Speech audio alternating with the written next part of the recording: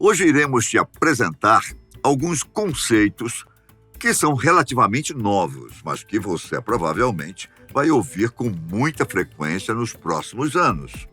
É preciso ressaltar que alguns assuntos são, digamos, um tanto quanto polêmicos, mas que nosso intuito não é defender nenhum ponto de vista político. Pelo contrário, queremos te oferecer as ferramentas, o conhecimento necessário para que você chegue às suas próprias conclusões.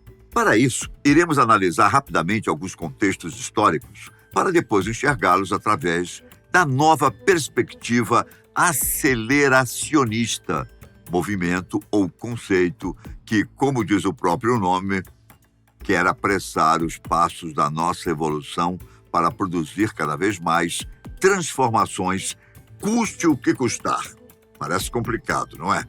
Mas fique tranquilo, pois, como você já sabe, iremos explicar tudo de uma forma que todos possam entender. Especialmente porque se trata de um assunto importante ao qual todos deveriam ter acesso. Afinal de contas, é do nosso futuro e de nossos filhos e netos que estamos falando. Vamos começar pela teoria geracional de Strauss-Rao.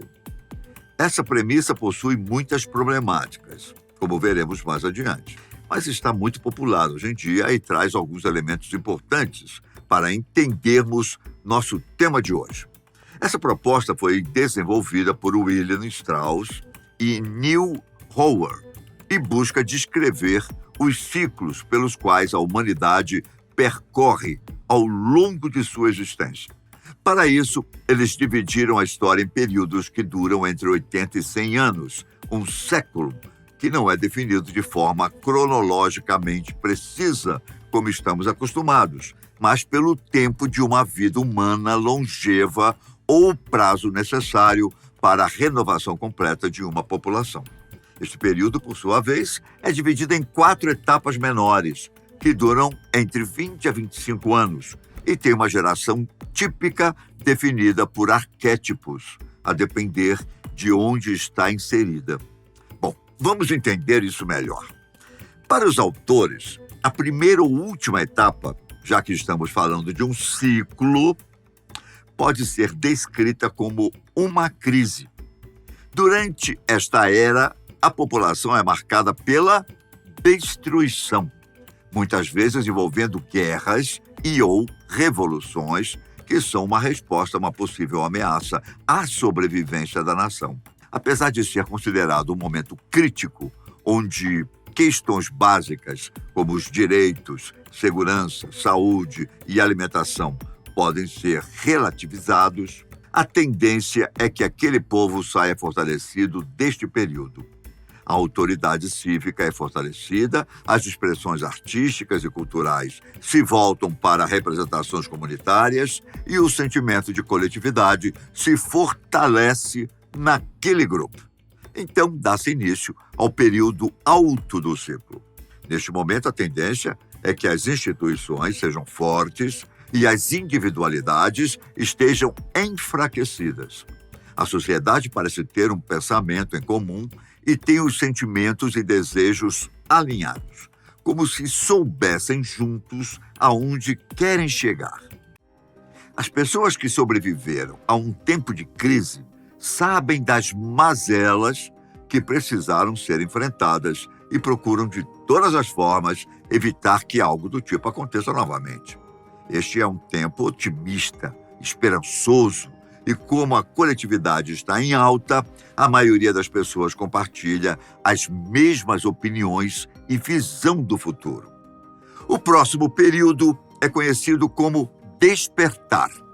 Segundo a teoria de Strauss-Rao, trata-se de uma época em que o senso de coletividade paulatinamente dá vazão a conceitos cada vez mais individualistas. Aparentemente, quando a sociedade atinge o pico no progresso público e as instituições estão mais fortes do que nunca, as pessoas se cansam da disciplina social e procuram resgatar o senso de personalidade inerente a cada um de nós, É tempo de investir em atividades e valores que incentivem a autoconsciência, espiritualidade e autenticidade pessoal, uma espécie de busca por si mesmo.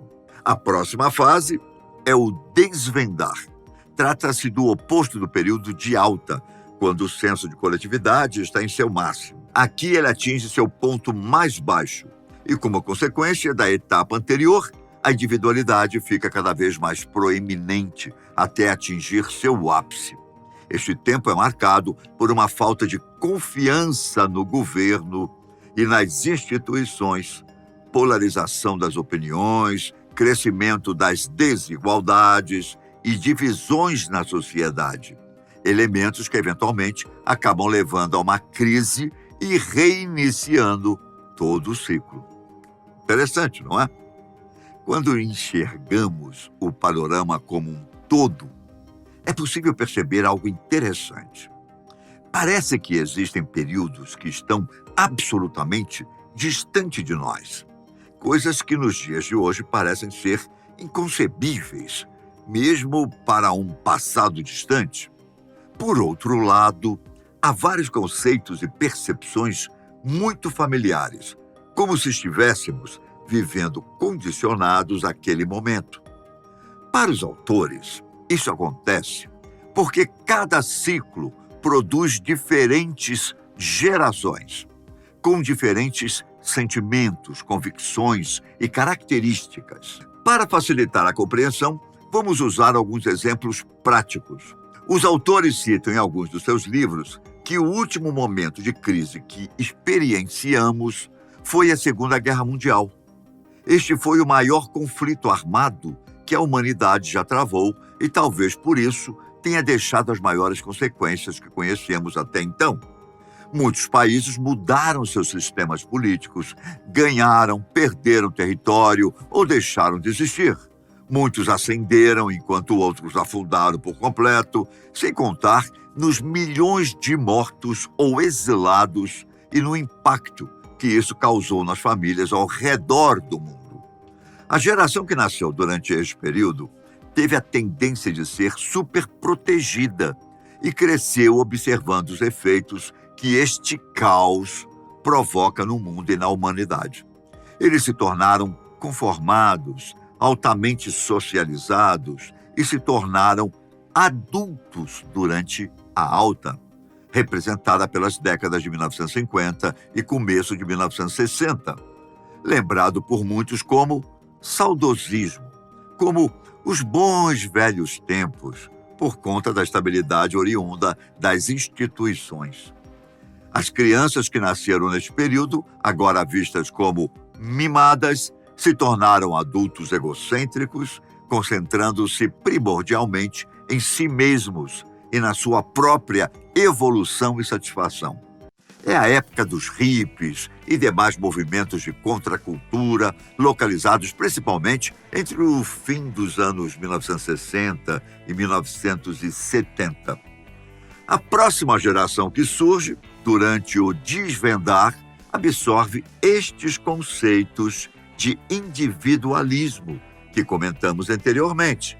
Mas, ao contrário da geração passada que voltou para si, direciona estes questionamentos e insatisfação para as instituições, que eventualmente vão cair e provocar outra crise. No exemplo da nossa linha temporal, são as pessoas nascidas entre a década de 1980 e 2000. Se você está fazendo as contas, o próximo ciclo, o que estamos passando neste momento, é justamente o da crise. A Segunda Grande Guerra se encerrou há 79 anos. Se levarmos em conta os prazos estipulados pelos autores, coincide exatamente ao que seria previsto. Agora, sabendo de tudo isso que vimos até então, você concorda com essa teoria? Para você, parece de fato que estamos caminhando para um momento de instabilidade, desequilíbrio? Acredito que a maioria das pessoas irá concordar com isso. Ultimamente, temos visto cada vez mais disputas acirradas e polarizadas no âmbito político ao redor do mundo. O número de conflitos parece crescer cada vez mais, como é o caso das guerras entre Ucrânia e Rússia, e Israel e Hamas, que foram declaradas recentemente, além das constantes ameaças de uma possível terceira guerra mundial, conforme essas polarizações conquistam cada vez mais adeptos e se unem em dois grandes blocos que defendem seus interesses, como já vimos anteriormente na história. Contudo, antes de continuarmos, é necessário fazer uma pequena ressalva. Como comentamos no início do vídeo, essa premissa que estamos apresentando para você, a teoria geracional de Strauss-Hall, não é um consenso na comunidade científica. As primeiras publicações da dupla ocorreram no início dos anos 1990 e de lá para cá, várias críticas foram construídas sobre diversos aspectos desta corrente, digamos assim. Um dos questionamentos mais frequentes é em relação à área de formação e atuação dos proponentes. William Strauss foi um dramaturgo, autor e diretor de peças de teatro, enquanto Neil Hall é escritor formado em literatura inglesa, com pós-graduação em economia. É claro que, por isso, não vamos invalidar tudo aquilo que foi proposto pelos autores, mas, como esses conceitos são fenômenos complexos estudados por disciplinas como história, sociologia, psicologia, filosofia, antropologia, etc., é necessário ter bastante cuidado, um crivo que consegue discernir entre o que é viável e o que é especulação. Pelo menos, este é o argumento de muitos especialistas destas outras áreas. Além disso, grande parte das críticas apontam que eles se pautaram basicamente pelos parâmetros da sociedade estadunidense, o que dificulta que o estudo possa ser ampliado para outras formas de organização social.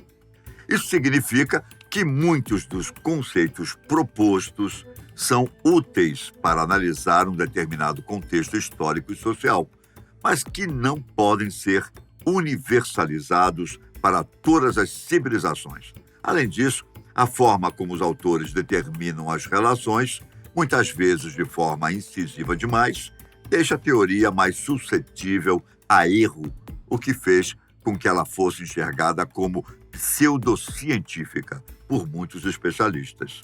Nós estamos ressaltando tudo isso apenas para reafirmar nosso compromisso com a verdade, com os argumentos sólidos e precisos com que pautamos nossos vídeos. Assim, fica a seu critério decidir o que é realmente válido nessa teoria e o que pode ser potencialmente perigoso caso seja levado a cabo, não é?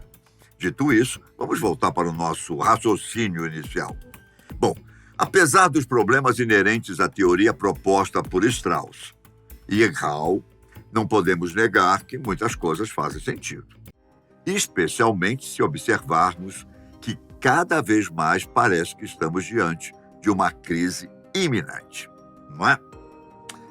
Aí você vai falar, Ivan, mas o que isso tem a ver com os bilionários e o fim do mundo? Bom, é aqui que entra outro conceito bastante importante para entendermos de fato o que está acontecendo. O aceleracionismo. Esse nome que mais parece uma trava-língua, não é? Surgiu em uma obra chamada O Senhor da Luz, escrita pelo autor de ficção científica Roger Zelazny. O livro foi publicado em 1967 e contém vários elementos da cultura hippie da época, como mitologia hindu, diálogos cósmicos e uma busca incessante pela transcendência espiritual e da consciência. Mas, além disso, ele trouxe vários componentes revolucionários mais abrangentes, vinculados ao conceito de política e tecnologia. Em uma das tramas, há um grupo que deseja levar a humanidade para outro patamar, transformando a relação daquele povo com a tecnologia. Isto é feito de forma abrupta, para ser realizado o mais rápido possível. Por isso, eles ganham o nome de aceleracionistas. Até aí, tudo bem. Afinal de contas, tudo isso não passa de um livro de ficção científica, não é mesmo? Então, bom, não é bem assim. É claro que os elementos desta obra estão focados em seu enredo. Ela não propõe que algo vivenciado ali seja aplicado no mundo real. Mas acontece que alguns ideais semelhantes a estes já existiam por aqui. E o que o romance fez foi apenas emprestar o nome para designar o conceito ou movimento, que já está tomando forma. Contudo, por aqui, essa ideologia tomou formas muito mais pragmáticas e, por que não dizer, extremistas. O aceleracionismo passou a defender que a computação, a inteligência artificial, a tecnologia como um todo e até mesmo o capitalismo, em sua essência mais agressiva, liberal, deve ser acelerados ao máximo até o ponto em que a sociedade entre em colapso e se transforme profundamente. É bom ressaltar nosso aviso lá do começo do vídeo. Hein? Não estamos aqui para defender nenhum posicionamento político. É importante ter isso em mente, pois alguns fatos que iremos trazer a partir de agora podem afetar algumas pessoas mais sensíveis ao assunto. Como dissemos, um dos principais argumentos dos aceleracionistas é que o capitalismo deve ser acelerado ao máximo até suas últimas consequências. Isso significaria limar toda a participação do Estado nas instâncias econômicas, extinguir todas as medidas protetivas e deixar o mercado se autorregulamentar. Ao contrário do que possa parecer, isso não faz parte de um programa político de um candidato de direita. Aliás, a primeira pessoa a defender ideias como estas foi Karl Marx, o principal autor das teorias comunistas e socialistas. Isso não significa que o filósofo estava sendo contraditório, mas ele sabia que se isso fosse realmente colocado em prática, o sistema capitalista invariavelmente iria ruir. Eu sei, é estranho pensar assim, principalmente se considerarmos que hoje em dia os principais nomes que defendem o aceleracionismo são vinculados à direita política. E sim, eles defendem que o capitalismo seja acelerado ao extremo. E, novamente, sim, eles sabem que isso fará com que o modo de produção entre em colapso. Mas por que defender algo desse tipo, que desconstrói algo que eu acredito? Bom, chegou a hora de unir tudo que aprendemos neste vídeo. Vamos lá. Como vimos na teoria geracional de Strauss-Hall, a crise não é uma questão de se, mas quando. Isto significa que não importa o tempo que leve, invariavelmente nós vamos acabar nos deparando com um período em que as instituições serão questionadas e atacadas. Enfrentaremos conflitos, guerras, revoluções e viveremos uma transformação social substancial. Um ponto de vista meio fatalista, não é? Bom, o que os aceleracionistas fazem é elevar isso ao máximo. Se é inevitável que enfrentemos períodos de crise, é melhor acelerar este processo e passar por isso de uma vez, como se fosse um procedimento cirúrgico, que, caso seja feito antes, poderá evitar uma série de complicações. Porém, esse tipo de comparação é bem perigoso, não é? E pode levar a consequências catastróficas e irreversíveis. Vamos entender o porquê. Em primeiro lugar, como vimos, a teoria geracional não é perfeita. Por isso, seria perigoso assumir tudo aquilo que foi postulado como verdade absoluta. Pode até ser que a sociedade experiencie crises de tempos em tempos, mas querer acelerar as coisas simplesmente porque é inevitável é absolutamente inconsequente, para dizer o mínimo. Além disso, as ideologias aceleracionistas cada vez mais têm se aproximado de correntes maliciosas e ganhando elementos perigosos, como conceitos supremacistas e extremistas.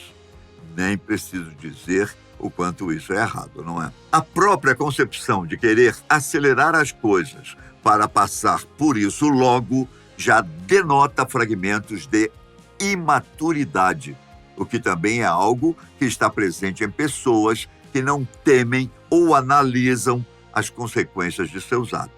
No fim do ano passado, o bilionário Mark Andreessen, magnata da tecnologia, que está inserido nas empresas do Vale do Silício, publicou um manifesto que ele chamou de Tecno-Otimista, onde incluiu vários conceitos, pensamentos e ideais das correntes aceleracionistas.